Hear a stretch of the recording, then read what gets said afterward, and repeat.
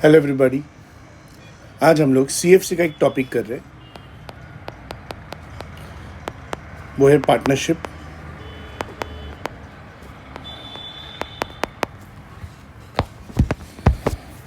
Accounts,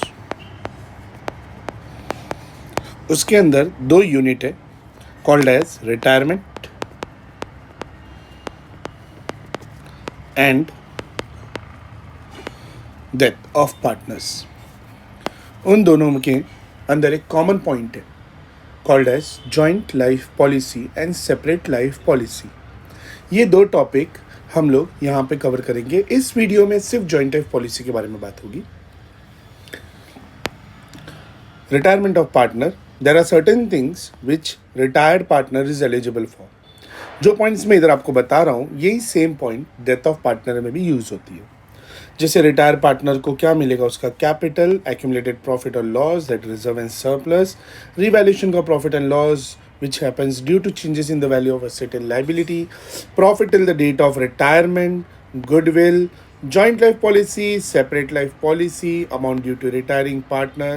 या तो हम उसको पे ऑफ करेंगे, उसके लोन अकाउंट में डालेंगे, या दोनों करेंगे।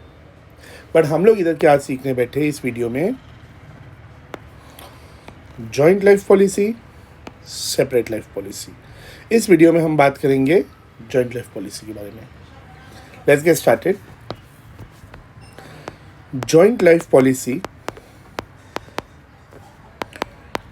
कौन लेता है, किसके नाम पे लेता है? पार्टनर्स के नाम पे। पार्टनर्स के नाम है ए, बी और सी। क्यों लेता है? हर फर्म को एक चीज का डर लगा रहता है, कल को कोई पार्टनर या तो फर्म छोड़ के चला जाए या फिर डेथ हो जाए। फर्म को डर ये लगा रहता है उसके जाने की वजह से मुझे इम्पैक्ट होगा, वो इम्पैक्ट मेरे को लॉस में रिजल्ट दे सकता है। वो लॉस को रिकवर करने के लिए वो क्या करता है, फर्म पार्टनर्स के नाम पे पॉलिसी लेता है, बराबर। तो पॉलिसी का प्रीमियम भरेगा कौन? फर्म भरेगा। अब इधर एक पॉइंट तो मैं बता दिया, 3 पॉइंट हमें ध्यान देनी चाहिए। पहला प्रीमियम, दूसरा policy amount which is also called as claim amount which is also called as sum assured. ठीक है। तीसरा सरेंडर वैल्यू। अब प्रीमियम तो क्या होता है हमने बता दिया कि एक पॉलिसी लिया है तो हर साल कुछ ना कुछ मुझे पे करना है, दैट इज अ प्रीमियम। ठीक है। पॉलिसी अमाउंट क्या होता है, तो चलो बात करते हैं। हर साल वो 4,000 रुपया प्रीमियम भर रहा है पर एनम, 3 साल तक के लिए भरा उसने, टोटल 12,000 वो प्रीमियम भर चुका है। अगर कल को किसी की डेथ हो गई, पता है ना इन 3 पार्टनर में से कौन गुजरने वाला है? हाँ, पार्टनर सी। अगर सी की डेथ हो गई तो इंश्योरेंस कंपनी, कौन? इंश्योरेंस कंपनी पैसे देगी। कितने? 2 लाख रुपए। तो ये 2 लाख रुपया क्या है? It is nothing other than policy amount. ये जो भी हम अभी बात कर रहे हैं ना, एक ब्रीफ आइडिया ले रहे हैं ताकि आने वाले जो पॉइंट्स हैं हम लोग उनको डिटेल में समझ सके, लेकिन इन वर्ड्स का फेमिलियर होना आपके साथ बहुत ज़रूरी है। तो अगर सी की डेथ हो गई तो इंश्योरेंस कंपनी 2 लाख रुपया देगी, बराबर 2 लाख रुपये देगी। इसलिए 2 लाख को क्या बोलते हैं? Policy amount. लेकिन समझो सी की डेथ नहीं होके सी हो रहा है रिटायर, तो क्या मुझे ये 2 लाख रुपए मिलेंगे? ये एक सवाल उठ जाएगा, दिया ये 2 लाख रुपए मिलेंगे? The answer is no, 2 lakh नहीं मिलेंगे। यहाँ पे पॉलिसी आगे कंटिन्यू होगी, हाँ या ना? The answer is no, again policy continue नहीं होगी। सर ऐसा क्यों? क्योंकि फर्म ने जब पॉलिसी ली थी तो फर्म ने उस पॉलिसी के लेने के टाइम पे एक एग्रीमेंट दिया था। उस एग्रीमेंट में ABC 3 लोग का नाम दिया था। अब जैसे ही C छोड़ के चला गया तो कहने से पार्टनरशिप डीड का जो जहाँ पे पार्टनर्स का नाम बताया गया है कि ABC 3 पार्टनर है, जिसमें C छोड़ के जा चुका है, तो वो अभी क्राइटेरिया चेंज हो जाएगा, नया पार्टनर जुड़ जाएगा, तो हमें एक नया एग्रीमेंट देना पड़ेगा। बराबर है कि नहीं? तो जो पुराना पॉलिसी है ना वो लैप्स हो जाता है। ऐसे में पुराना पॉलिसी लैप्स हो जाता है। तो फर्म क्या बोलता है, हमारा पॉलिसी लैप्स हो गया, आप 2 लाख रुपए तो दोगे नहीं, हमने जो भरा है 12,000 वो पैसे दो। तो इंश्योरेंस कंपनी बोलती है नहीं सर, हम आपको 12,000 तो नहीं दे सकते, आपको चाहिए तो मैं आपको 5,000 रुपीज़ दे देता हूँ। ये सब प्री कैलकुलेटेड होता है, ऐसा नहीं मैं अपने मतलब मर्जी का बोल रहा हूँ, प्री कैलकुलेटेड होता है। At the time of taking the insurance हमें सब मालूम रहता है ये सब चीज़ें, जो भी पॉलिसी हम ले रहे हैं।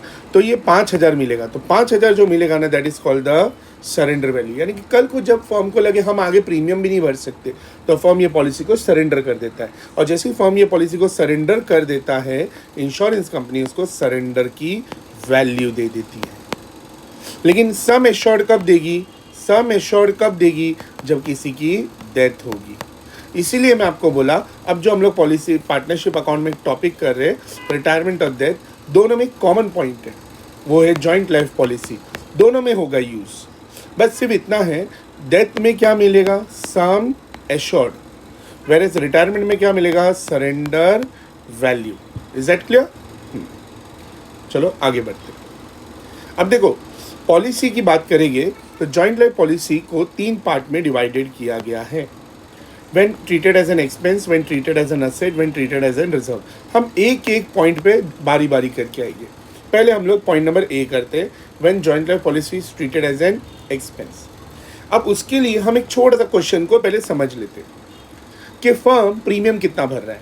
फर्म प्रीमियम भर रहा है 10,000। पॉलिसी कितने का लिया है? पॉलिसी लिया है 1 लाख रुपए का। पार्टनर से ABC, प्रॉफिट शेयरिंग रेशियो 5:3:2। अब जैसे ही फर्म प्रीमियम पे करता है, तो वो उसको खर्चा ट्रीट कर रहा है। क्या ट्रीट कर रहा है? खर्चा। अभी हम सबको पता है एक्सपेंस की एंट्री क्या करते हैं हम लोग? Expense account debit to cash account, हाँ या ना? तो यहाँ पे हम जो प्रीमियम भर रहे हैं वो किसके लिए भर रहे हैं? Joint life policy. तो बेसिकली ये हो गया joint life policy premium account. Joint life policy premium account. तो यहाँ पे एंट्री क्या बन जाएगी? Joint life policy premium account debit to bank account. कितना? 10,000। क्लियर? अच्छा, ये पॉलिसी का 1 लाख रुपया मुझे कब मिलेगा? यस सर, ये पॉलिसी का 1 लाख रुपया मुझे तभी मिलेगा अगर किसी की डेथ होगी तो। अदरवाइज ये 1 लाख रुपया मिलेगा क्या? नहीं। ठीक है। अब सर ये क्या हमने ट्रीट किया इसको? एक्सपेंस। हम सबको पता है एक्सपेंस आइटम ईयर के एंड में कहाँ चले जाते हैं? P&L अकाउंट में। देखो वही लिखा है, joint life policy premium transfer to P&L account. तो ये P&L अकाउंट में चला जाएगा। तो यहाँ पे इसकी एंट्री क्या बनेगी? P&L account debit to joint life policy premium account. देखो कितना अमाउंट मैंने ट्रांसफर किया है? पूरे 10,000, पूरे के पूरे 10,000 मैंने ट्रांसफर कर दिया। यानी इसको मैंने क्या ट्रीट किया था? खर्चा। बराबर। अब हम अभी एज्यूम करते हैं इधर क्या हो रहा है? डेथ हो रही है। क्या हो रही है बेटा? डेथ हो रही है। ठीक है। अगर डेथ हुआ तो मुझे कितना पैसा मिलेगा? 1 लाख रुपया। अब 1 लाख रुपया मिलेगा किससे? इंश्योरेंस कंपनी से। किस चीज़ का पैसा मिलेगा? जॉइंट लाइफ पॉलिसी का मिलेगा। तो entry will be bank account debit to joint life policy account. कितना रुपया मिलेगा? 1 लाख रुपया। देखो, bank account debit to joint life policy account. Clear? अब ये पॉलिसी का पैसा तो आ गया, बराबर। पैसे फर्म के अंदर है, पॉलिसी का पैसा आ गया। As you can see, premium debit, premium credit, ये 2 अकाउंट तो कैंसिल हो गए। पॉलिसी यहाँ पे क्रेडिट होके बैठा हुआ है। हाँ, तो ये पॉलिसी का पैसा क्या करना है? मुझे पार्टनर्स में बांट देना है। अच्छा सुनो ध्यान से, यहाँ पे मरा कौन है? ABC में C मरा है। कौन मरा है? C। तो 1 लाख रुपया हम लोग किसको देंगे? सर तीनों को देंगे। यस, हम तीनों को देंगे। क्यों? बिकॉज सर ये पॉलिसी है ना, C ने अकेले ने नहीं निकाला है, फर्म ने निकाला है। पैसे भी किसको मिले थे? फर्म को मिले थे। तो ये पैसे बांटेगा कौन? फर्म। किसको बांटेगा? सर तीनों पार्टनर को बांटेगा। हेंस एंट्री क्या होगा? सर पार्टनर्स को मिल रहा है तो पार्टनर्स क्रेडिट हो जाएगा, बराबर। और ये पॉलिसी बांट रहा हो तो पॉलिसी क्या हो जाएगा? डेबिट हो जाएगा। तो joint life policy account debit to ABC as per their profit sharing ratio. Is that clear? चलो बढ़िया, यहां तक हो गया। अब अगला देखते हैं। When joint life policy treated as अ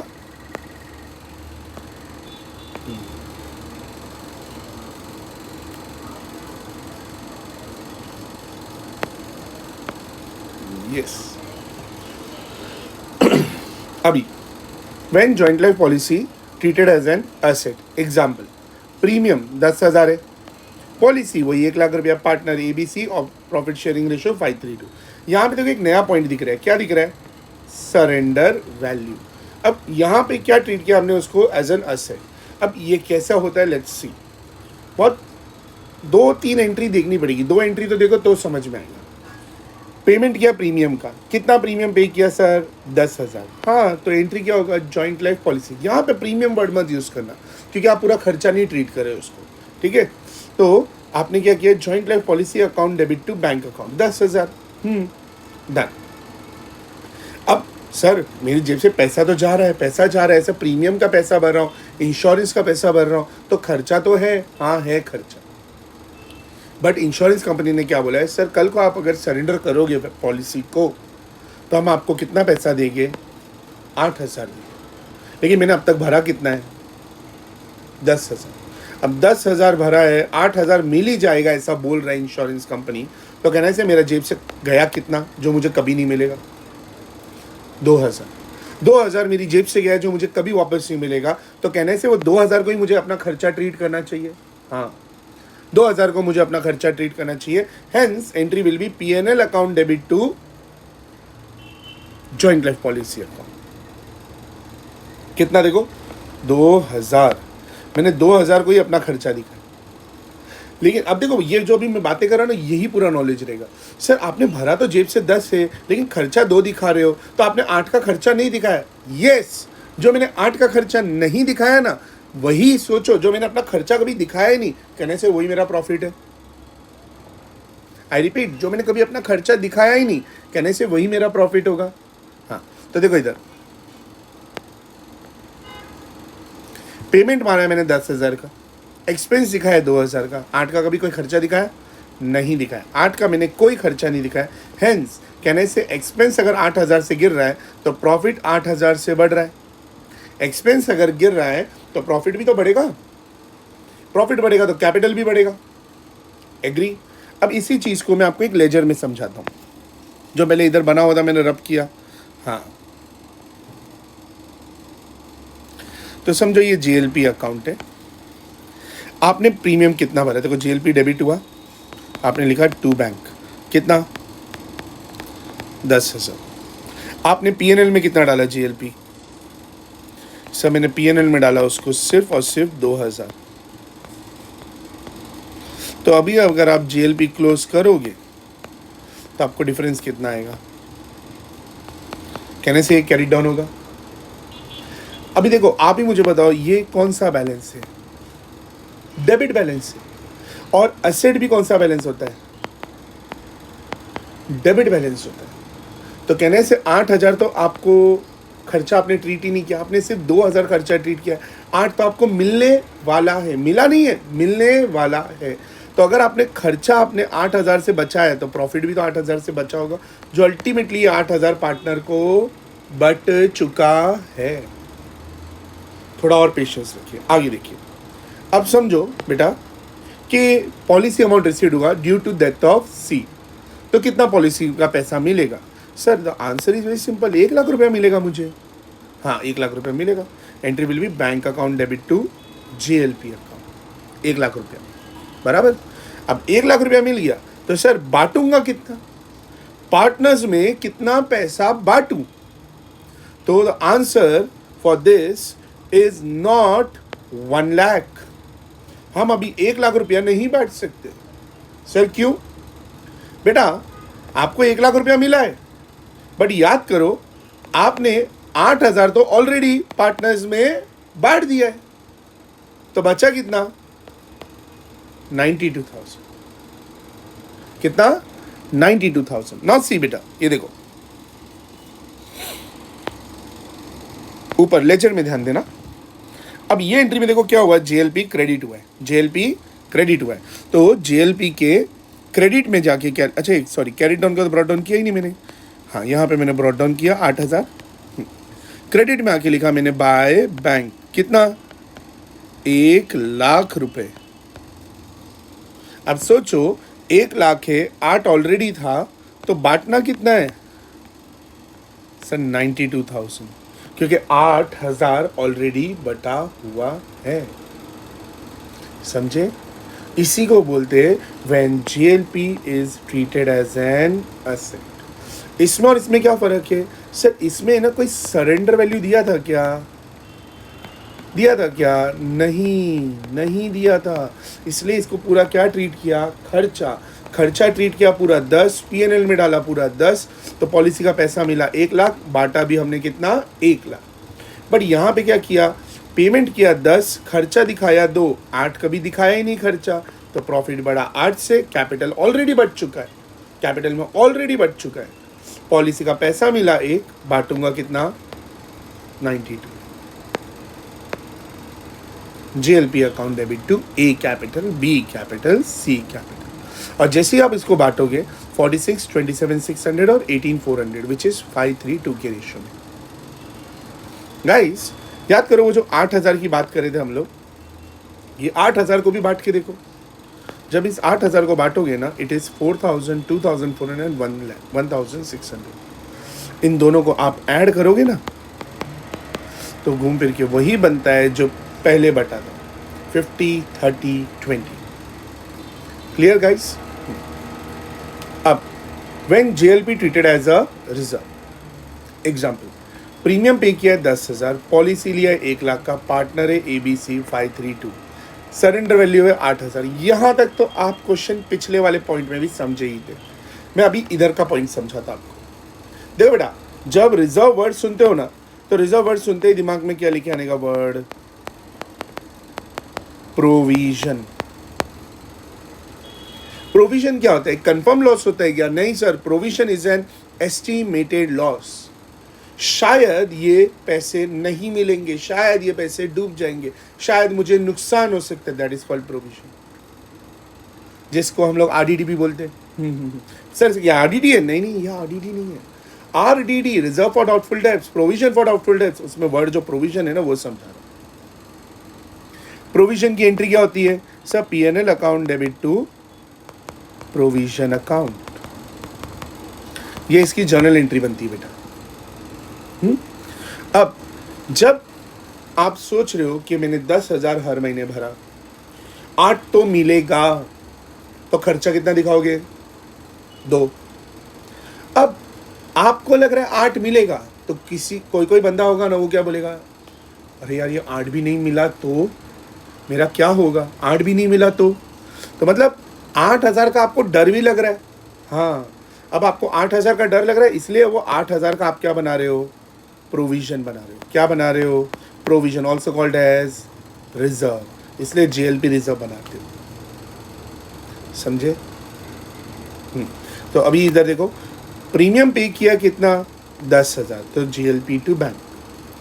खर्चा कितना दिखाया, 2,000, तो पीएनएल टू जीएलपी। एक्सपेंस कम, कैपिटल ज़्यादा, एग्री। अब इधर आप क्या करोगे, जीएलपी रिजर्व क्रिएट करोगे। जैसे आपने 8,000 का असेट क्रिएट किया ना, तो 8,000 का आप रिजर्व प्रोविजन क्रिएट करोगे। तो ये प्रोविजन भी कहाँ दिखता है, लाइबिलिटी में दिखता है। कहाँ दिखता है, लाइबिलिटी में। तो entry will be PNL account debit to GLP reserve account, PNL account debit to GLP reserve account. अब समझो सी मर गया, सी तो मरता ही रहता है, ठीक है। तो सी मर गया, तो पॉलिसी का अमाउंट इंश्योरेंस कंपनी से कितना मिलेगा, 1,00,000। 1,00,000 मिलना था, 1,00,000 मिल जाएगा। हम बांटेंगे कितना, हम बांटेंगे पूरा 92,000। कितना बांटेंगे, 92,000। 92,000 क्यों बांटेंगे सर, क्योंकि बेटा वो 8,000 याद है बढ़ चुका है। देख 8,000 बढ़ चुका है, तो तू 92,000 बांट देगा, हाँ या ना, बराबर। अब देख एक बात बता बेटा, ध्यान दिया ना प्लीज। यहां पे तुमने P&L टू JLP किया, तुमने खर्चा कम दिखाया, एक्सपेंस कम दिखाया 8,000 से, तो 8,000 से प्रॉफिट बढ़ गया, कैपिटल बढ़ गया।